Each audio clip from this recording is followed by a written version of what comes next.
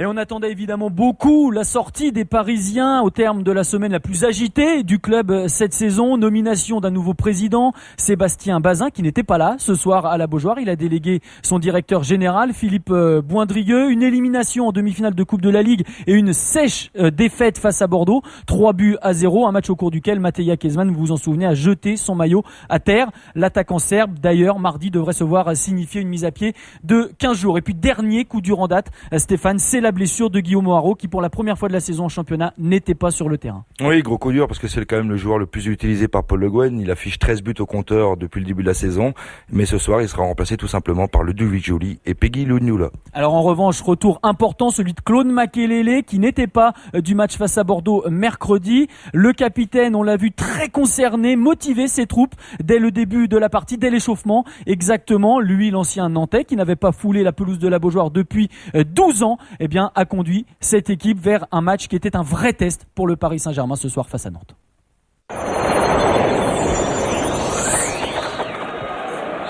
Et c'est donc un duo inédit côté parisien qui donne le coup d'envoi. Peggy Lugnoula, Ludovic Joly, titularisés pour la première fois ensemble à la pointe de l'attaque parisienne. C'est la deuxième fois seulement qu'ils débutent un match cette saison. La raison de cette titularisation de ces deux hommes devant, eh bien, c'est évidemment l'absence de Guillaume O'Haraud, blessé au genou. Et intervention nantaise pour sortir proprement et ramener un peu de sérénité. Attention, ça va revenir très vite avec Joly devant Alonso. Joly qui passe. Et l'intervention du gardien nantais, c'est pas terminé. Deuxième chance pour Joly, c'est frappé. Le poteau qui renvoie. Quelle occasion pour Paris. Double occasion pour Joly. Et les Nantais s'en sortent bien sur ce coup-là. Elle est là la différence, cette perte de balle à l'origine de cette occasion parisienne, cette perte de balle de Fati. La bonne sortie, l'anticipation de Jérôme Alonso sur Ludovic Joly. Et là, il n'a pas d'autre solution que de frapper. Et malheureusement pour le Parisien, et heureusement pour les Nantais, que ce ballon heurte le poteau. Sakho, encore une fois, très autoritaire. Mamadou Sakho, qui a retrouvé sa place dans l'axe de la défense parisienne. C'est Seignon. Et c'est passé, pas de hors-jeu pour Peggy Lugnoula dans le dos de la défense nantaise. Lugnoula, il a le temps de se retourner. L'entrée dans la surface, le centre, ça revient dans les pieds de Joly, l'ouverture du score pour Paris. C'est signé Ludovic Joly sur un bon travail de Peggy Lugnoula. La nouvelle doublette de l'attaque parisienne en l'absence d'Oharaud. Ça marche et Paris mène 1-0. Ouais, et ça fonctionne très bien parce qu'il a la bonne profondeur sur ce bon ballon de Stéphane Sessignon. Lugnoula, il prend la profondeur. Il va fixer son défenseur. Et là, petit centre en retrait pour Ludovic Joly. Et c'est Jean-Jacques Pierre, un petit peu naïf dans cette surface de réparation, qui remet le ballon en jeu sur Ludovic Joly, qui garde son sang-froid et puis met ce petit ballon côté opposé dans le filet, petit filet d'Alonso. Un petit peu de réussite, un petit peu de réalisme, beaucoup de talent et ça fait 4 buts cette saison au championnat pour Joly. Clément, un bon mouvement de la charnière axiale au milieu de terrain de Makelele et de Clément qui se déplacent ensemble. Il n'y a pas de hors-jeu sur cette longue balle à destination de Peggy Lugnoula devant Alonso pour le deuxième but. C'est piqué et ça fait 2-0 pour le Paris Saint-Germain. C'est allé très vite. C'est parfaitement maîtrisé par Peggy Lugnoula. C'est pas sans rappeler le but inscrit face à Twente en Coupe de l'UEFA. Paris 2, Nantes 0. Mais même en l'absence d'Oharaud, le jeu long, c'est quand même très bien côté parisien avec la vitesse justement de Lugnoula qui propose sans cesse. Depuis le début de la partie, il a été passeur sur le premier but. Là, il est buteur décisif pour le club parisien. Et surtout, met ce deuxième but sur ce long ballon en profondeur de Claude Makelele.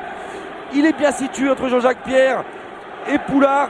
Et là, l'intelligence du buteur. Il pique ce ballon au-dessus de Jérôme Alonso qui vient à son encontre. Il a la lucidité et l'efficacité, le buteur parisien. Il demande à changer de côté. C'est Seignon, c'est fait. Montée de Sahara, c'est vu, c'est surtout Joly qui va récupérer cette balle à l'entrée de la surface de réparation. Nouveau danger pour les Nantais, frappe de Joly. Alonso repousse. Qui vont vite ces Parisiens dans cette partie. Il n'y a pas de répit pour des Nantais qui souffrent. Ouais, mais la différence se fait une nouvelle fois par un long ballon par-dessus cette défense nantaise. Le contrôle, il est parfait de Ludovic Joly. Il a joué la carte perso. Jérôme Alonso a bien fermé l'angle et a les mains très sûres. Mais ce ballon en corner, il y a peut-être une meilleure solution, je dirais, sur un petit centre en retrait, parce qu'il y avait Sylvain Armand qui se présentait au premier poteau. Abdoun. Appel de balle à l'entrée de la surface de réparation. Attention à la frappe de Klasnic, c'est sa première. Et c'est repoussé par Michael Landreau. Le ballon ne va pas sortir. Ouh, il y a une faute. Que va dire Monsieur Castro? Penalty. Et oui, il y a une faute dans la surface.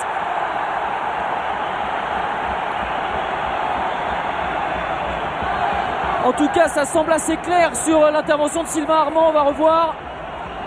Non, il n'y a pas lieu de siffler. Il n'y a pas lieu de siffler Non, à penalty vitesse là. réelle, ça semblait effectivement beaucoup plus... Il joue le ballon, il est un petit peu devant Ricardo Fati.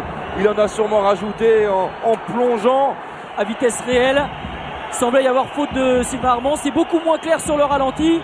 Mais Jamel Abdoun va pouvoir se lancer pour une réduction du score face à Michael Landreau. C'est parti Abdoun et c'est au fond. Nantes revient et n'est plus mené que 2-1. Ouais, contre le cours de jeu, là, le penalty d'Abdoun bien enroulé. Prenant à contre-pied Michael Landreau. C'est vraiment la première opportunité, le premier face-à-face entre Nantais et Landreau. Et la réduction du score pour ces Nantais. Ça va relancer un petit peu le match.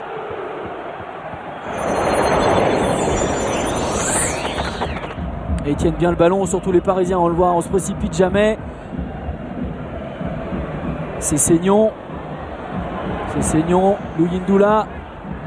Ouais, pour Djouli dans l'espace. Et le but de Ludovic Djouli au terme d'une action rondement menée par les Parisiens. Ça joue vite, ça joue bien. Un triangle magnifiquement organisé. C'est un doublé pour Ludovic Djouli qui est encore une fois servi par Peggy Louis Ndoula.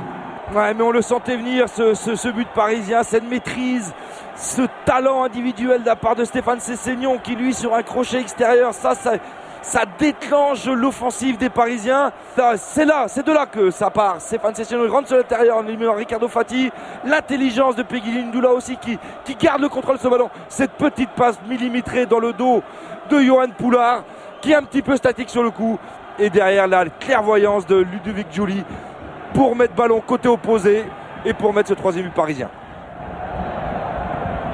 Centre deuxième poteau de Seara, c'était très haut, jaillissement de Clément et dans l'espace pour Djouli, non, Guyon est intervenu cette fois, c'est Seignon, Clément, c'est Seignon et il va frapper Stéphane Sessegnon au fond. Superbe but de Stéphane Sessegnon avec là encore une fois une séquence collective du Paris Saint-Germain et un but ultra puissant, une frappe superbe de Sessegnon pour permettre à Paris de mener 4-1. C'est Jérémy Clément qui est précieux. Là, il cherche en profondeur le Ludovic Djouli. Une nouvelle fois, il est sollicité par Stéphane Sessegnon. Il lui remet ce ballon instantanément. Sessegnon a l'intelligence. Il ne peut pas remettre ce ballon en une touche. Et là, il a bien les appuis. Le corps est parfait. Et cette frappe apparaît un petit peu extérieure. Et Jérôme Alonso ne peut absolument pas intervenir parce qu'elle le fuit et elle part mourir dans le petit filet côté opposé.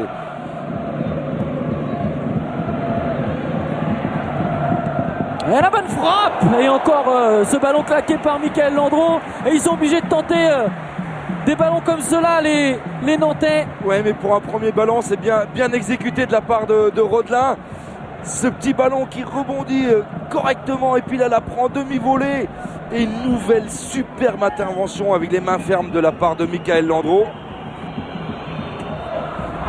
Coup franc de Roten, c'est enroulé au poteau, c'est dévié, la claquette cette fois à la main de Jérôme Alonso, Pancrate ne peut pousser.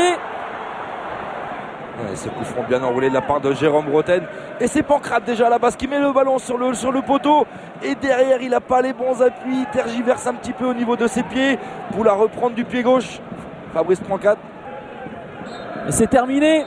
On attendait de voir si Paris était capable de résister à la tempête. Elle a soufflé fort dans la coulisse et sur le terrain cette semaine. Mais Paris a montré beaucoup de solidarité. Paris a montré encore beaucoup de sérénité face à un Nantes certes timide. Mais Paris s'impose 4-1